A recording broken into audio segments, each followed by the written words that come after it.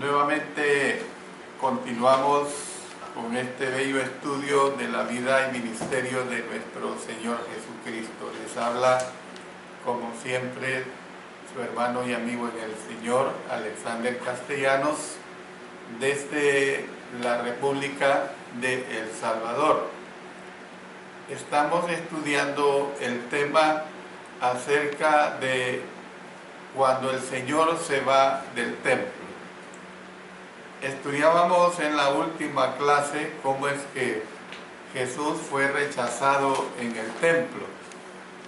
Ahora veremos específicamente cómo es que Jesús se va del templo. Y esto lo vamos a estar basando en Mateo capítulo 24, versos 1 hasta el 14. Y aquí se ve un alarmante comentario. Este alarmante comentario que se nos presenta acá, leamos los primeros 3 versículos de Mateo 24. Cuando Jesús salió del templo y se iba, se acercaron sus discípulos para mostrarle los edificios del templo. Respondiendo él les dijo: ¿veis todo esto? De cierto os digo que no quedará aquí piedra sobre piedra que no sea derribada. Y estando él sentado en el monte de los olivos, los discípulos se le acercaron aparte diciendo: dinos, ¿cuándo serán estas cosas y qué señal habrá de tu venida y del fin del siglo? Después del discurso que dio Jesús acerca de que sería levantado, él se fue. Saliendo del templo, dice, y luego vemos que el hecho de que Cristo saliera del templo fue significativo. La gloria de Jesús es bien clara. Podemos también leer en el Evangelio de Juan, capítulo 2 y el versículo 11, donde nos dice que este principio de señales hizo Jesús en Caná de Galilea y manifestó su gloria, y sus discípulos creyeron en él.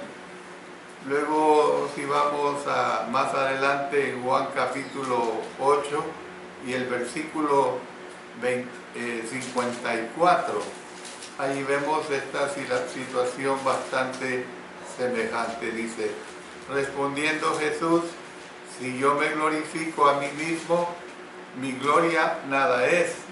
Mi Padre es el que me glorifica, el que vosotros decís que es vuestro Dios. Entonces, nosotros podemos ver que la gloria de Jesús se había ido para jamás volver. Mire, hay una cita antigua testamentaria que tenemos en el primer libro de Samuel, en el capítulo 4, versículos 21 y 22. Dice: y llamó al niño Icabod, diciendo: traspasada es la gloria de Israel, por haber sido tomada el arca de Dios, y por la muerte de su suegro y de su marido. Dijo pues: traspasada es la gloria de Israel, porque ha sido tomada el arca de Dios. Entonces, nosotros podemos ver claramente que aunque pasarían varias décadas para que el templo fuera destruido, ya es el destino de que estaba decidido ver o estaba decidido darse. Yo quiero que volvamos a ver lo que en clases recién pasadas veíamos en el libro o en el capítulo 23 de Mateo, específicamente en los versos 37 y 38. Dice: Jerusalén, Jerusalén, que matas a los profetas y apedreas a los que te son enviados. ¿Cuántas veces quise juntar a tus hijos como la gallina junta a sus polluelos debajo de las alas y no quisiste? He aquí vuestra casa os es dejada desierta. O sea que ustedes pueden ver que realmente esto estaba vaticinado por nuestro Señor. Cuando Cristo salía del templo, de ese complejo del templo, porque era un templo verdaderamente hermoso, los discípulos, en su condición de visitantes de otra ciudad, se detuvieron para comentar sobre lo hermoso y sobre lo importante de los edificios que les rodeaban. Y esto es así. Cuando uno va a otros países, ve edificios que no tenemos nosotros. Edificios con una arquitectura, con una estructura diferente. Bueno, y esto en cierto modo resulta admirable. Entonces, en su condición de visitantes de otra ciudad, se detuvieron para comentar sobre lo hermoso y lo importante de los edificios que les rodeaban. Y uno de sus discípulos le dijo: Maestro, mira qué piedras y qué edificios. Ahí lo tenemos en Marcos capítulo 13, versículo 1. Otros señalaron que estaba adornado de hermosas piedras y ofrendas votivas. Y esto lo tenemos en Lucas 21, versículo 5. Pero quiero hacer referencia a la palabra votivas. La palabra votivas proviene de la palabra del idioma latín que significa voto. Entonces, las ofrendas votivas eran ofrendas que se daban para cumplir un voto o promesa. En la Nueva Versión Internacional se lee ofrendas dedicadas a Dios. Eso es lo que significaba pues las ofrendas votivas. Entonces, el complejo del templo era una espléndida estructura y los judíos tenían toda razón de sentirse orgullosos de él. Ellos tenían toda razón de sentirse orgullosos de él. Tenía el doble del tamaño de la Acrópolis de Atenas, y la Acrópolis de Atenas era algo famoso. ¿Ve? Había sido hecho de piedra caliza y de mármol. Al contemplarse el templo de lejos, parecía un monte que estaba cubierto de nieve. ¿Ve? Herodes el Grande había comenzado a reconstruirlo en el año 20 antes de Cristo, imagínense, y todavía no se había acabado de construir para el tiempo en que sucedía el incidente que ahorita estamos analizando. Se dice que la obra terminó, sino hasta el año 64 después de Cristo, apenas 6 años antes de ser destruido. O sea que la gloria le duró muy poco. Yo relaciono esto, en cada país tiene sus propias situaciones de la naturaleza. Y yo relaciono esto con un volcán que aquí existe. Se llama el volcán de Izalco. Es realmente impresionante ir al Cerro Verde, llegar al hotel de montaña, que por cierto está siendo reconstruido, y les explico por qué está siendo reconstruido. Y es impresionante ver el volcán de Izalco. Este volcán de Izalco tomó el nombre del Faro del Pacífico, porque cuando las embarcaciones gigantes, sobre todo en aquel tiempo de la Segunda Guerra Mundial, en los años 40 hasta el 44, iban rumbo a Panamá, porque había mucho trabajo ahí a causa, las guerras provocan trabajo, hermanos. Esto es bien natural. Sea que sean armas, pero provocan trabajo para los soldados que están en guerra.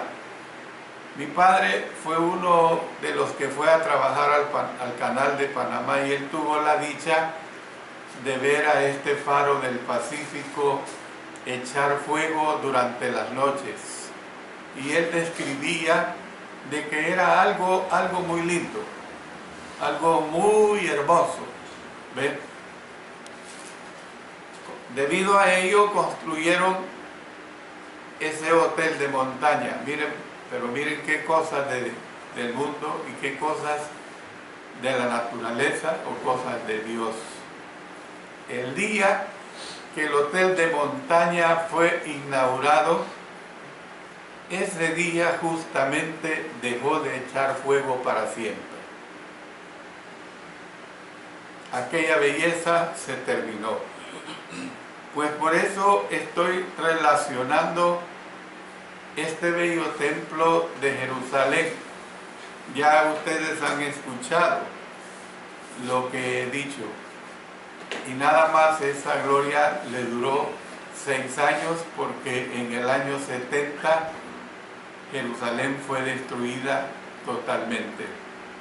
El historiador Josefo describe en sus tomos 1 y 2 que literalmente cuando Jerusalén fue destruida corrían ríos de sangre por las calles de la ciudad de Jerusalén. Entonces, quiero decirles pues que es probable que los peregrinos que venían a Jerusalén se encontraran con alguna nueva y maravillosa adición cada vez que volvían a la ciudad. Y el historiador Josefo escribió acerca de esas ofrendas votivas que adornaban el templo en sí. Entre estas se incluían coronas, escudos, copas y cadenas de oro presentadas por Agripa.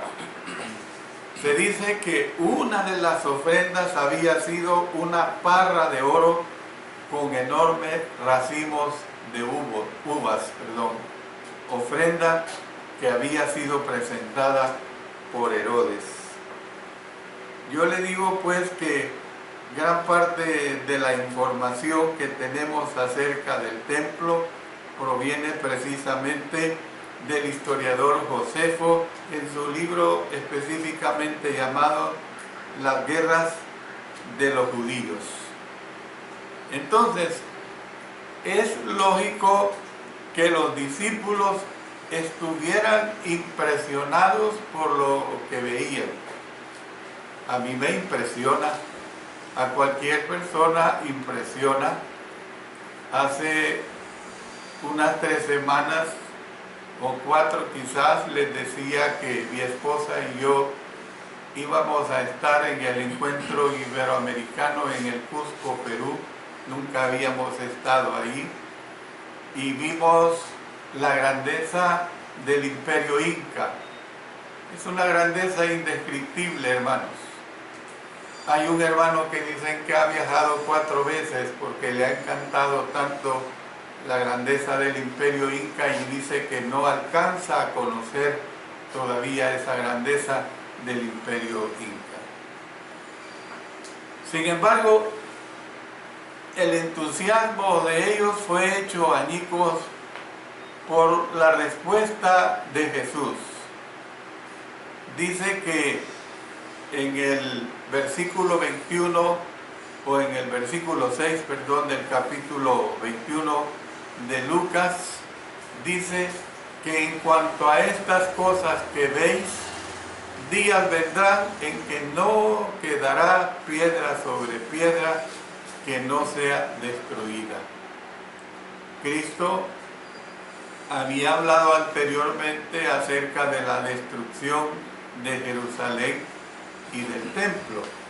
Mire lo que tenemos en Mateo capítulo 22, versículo 7, dice: al oírlo el rey se enojó y enviando sus ejércitos destruyó a aquellos homicidas y quemó su ciudad. Luego aquí en el capítulo 23, versículo 38, dice: he aquí vuestra casa os es dejada desierta. Entonces, ¿qué es lo que nosotros vemos acá? Que Jesús también se había referido a la destrucción de Jerusalén cuando lloró sobre la ciudad. Miren lo que dice en Lucas en el capítulo 19, un lamento que usted ya lo ha estudiado conmigo, específicamente en los versos 43 y 44. Porque vendrán días sobre ti cuando tus enemigos te rodearán con vallado y te sitiarán y por todas partes te estrecharán y te derribarán a tierra y a tus hijos dentro de ti y no dejarán en ti piedra sobre piedra por cuanto no conociste el tiempo de tu visitación. Entonces vemos que a pesar de que se habla de esta situación de que Cristo había hablado anteriormente acerca de esta destrucción de Jerusalén y de su templo, las referencias que se expresaron a menudo en términos encubiertos, se puede decir, en esta ocasión era difícil que malentendieran sus palabras. Era bien difícil que malentendieran sus palabras. El Señor dijo: no quedará piedra sobre piedra. Según el historiador Josefo, algunas de las piedras dice que tenían casi 20 metros de longitud. Luego 3,5 metros de altura. Usted imagínese ese tipo de paredes o muros, y 5 metros de anchura. Es pura piedra, hermanos, pura piedra. No estamos hablando de adobe, no estamos hablando de un cemento mal preparado.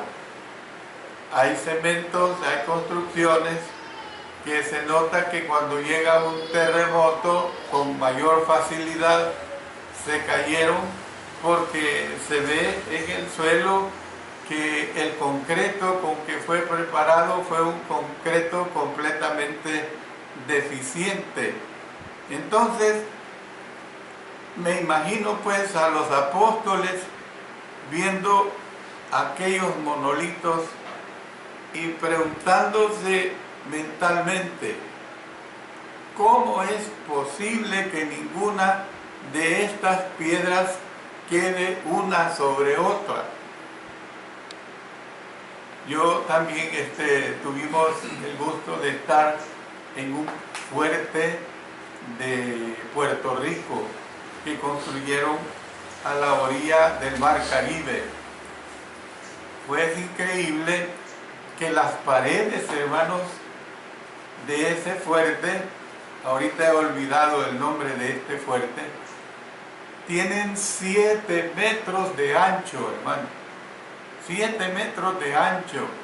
Imagínense que una bala de cañón, por muy poderosa que fuera, nunca destruyó este fuerte. Así hay construcciones que los hombres hacen, hermano. Entonces, ¿cómo es posible que ninguna de estas piedras quede una sobre otra? El templo era el eje clave de los conceptos judíos relacionados con la religión y la gloria de Israel. Entonces, en otras palabras, su destrucción era inconcebible. No se puede destruir este búnker. ¿Cómo es posible? ¿Y cómo es posible que este hombre que no queremos, cómo es posible que este hombre que diga ser el Cristo, cómo es que este hombre que diga que es el Mesías, cómo es posible que este hombre que diga que es el Hijo de Dios, este templo va a ser destruido? Es un loco por estar diciendo estas cosas. Así razonaron los judíos. Es una realidad, el hombre así razona. ¿Ve? Jesús y sus seguidores salieron del templo, cruzaron el torrente de Cedrón y subieron la elevación que estaba al este del templo, una elevación que se conocía como el Monte de los Olivos, el lugar donde probablemente habían pasado algunas noches. Miren lo que dice Lucas capítulo 21 y el versículo 37. Dice acá: y enseñaba de día en el templo y de noche, saliendo, se estaba en el monte que se llama de los Olivos. Estando pues sentados en el costado del monte, tuvieron ellos una buena vista del templo y de la ciudad. Y es que realmente es hermoso las buenas vistas en cada ciudad de lo majestuoso que son las ciudades, sus construcciones bonitas, contemplar todo ello. Y yo no dudo que ellos, como humanos que eran, pues se deleitaron en esta majestuosidad y sobre todo al ver ese templo que lo adoraban tanto, a los cuales ya les bordeaban las sombras alargadas de un sol que se ponía. Entonces, cuando los discípulos miraban abajo hacia el complejo de este templo, porque miren lo que dice Marcos capítulo 13 y el versículo 3. Dice en Marcos capítulo 13 y el versículo 3: y se sentó en el monte de los olivos frente al templo, y Pedro, Jacobo, Juan y Andrés le preguntaron aparte. O sea, le salieron en tropel las preguntas que ardían en sus corazones. Mateo y Lucas señalan que fueron los discípulos en general los que hicieron las preguntas y no solamente estos que se mencionan en Marcos. Es decir, tenemos que entender esta situación. Preguntaron a Jesús diciendo: dinos, ¿cuándo serán estas cosas y qué señal habrá de tu venida y del fin del siglo? Mateo 24, verso 3. Y es probable pues que los discípulos creyeran que estaban preguntando acerca de un único evento, o sea, la destrucción del templo, pero en realidad estaban preguntando acerca de diferentes eventos. Concretamente preguntaron además acerca de la venida del Señor Jesucristo y del fin del siglo, es decir, tenemos que entender que esto el Señor lo va a aclarar específicamente en el capítulo 25. La palabra griega que se traduce por venida es la palabra parusía. El único capítulo de los evangelios en el cual se encuentra esta palabra es Mateo capítulo 24, específicamente en los versos 3 y 27. Es decir, que nosotros podemos ver que parusía es un término técnico del idioma griego que se refiere a la llegada de un rey. ¿Ve? Y cuando los discípulos usaron el término, es probable que ellos estaban pensando en que Jesús establecería su reino, el cual creían que sería un reino físico.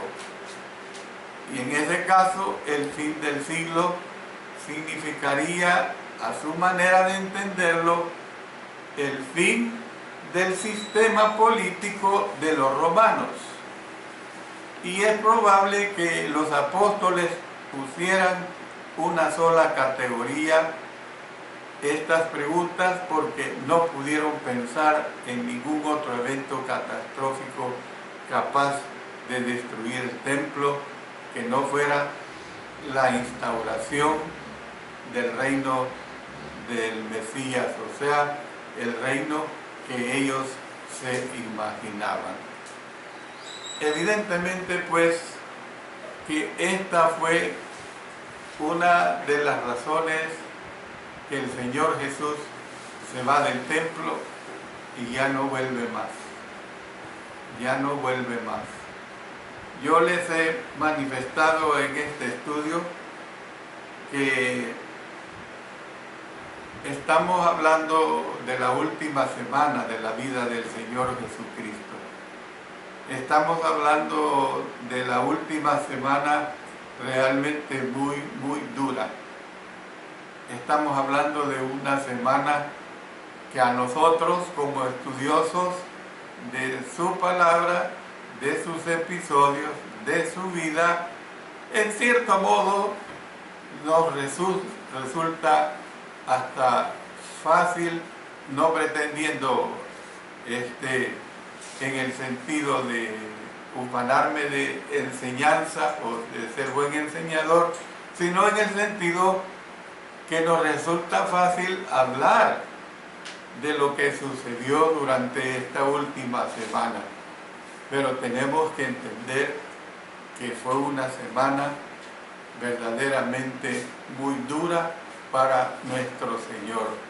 Y ustedes tienen que comprender que como judío que él era y como respetuoso que era de la voluntad de Dios, porque él todavía no había sido crucificado, porque él todavía se sometía a la ley mosaica, pues para él fue duro toda esta situación en relación a lo que vendría al templo que estaba allí en la ciudad de Jerusalén.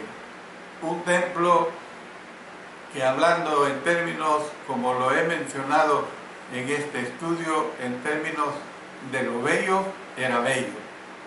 Era algo verdaderamente admirable. ¿Y por qué? Porque si los templos hechos por los hombres alrededor del mundo son bellos, no digamos este templo que fue hecho por voluntad divina, por voluntad de Dios. Era un templo donde allí se adoraba a Dios.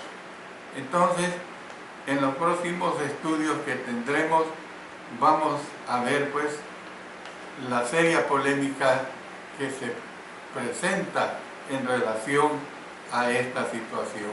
Que el Señor bendiga su palabra, que cada uno de nosotros la analicemos y la veamos con la mesura que debemos de tener de la divina palabra inspirada por el Espíritu Santo.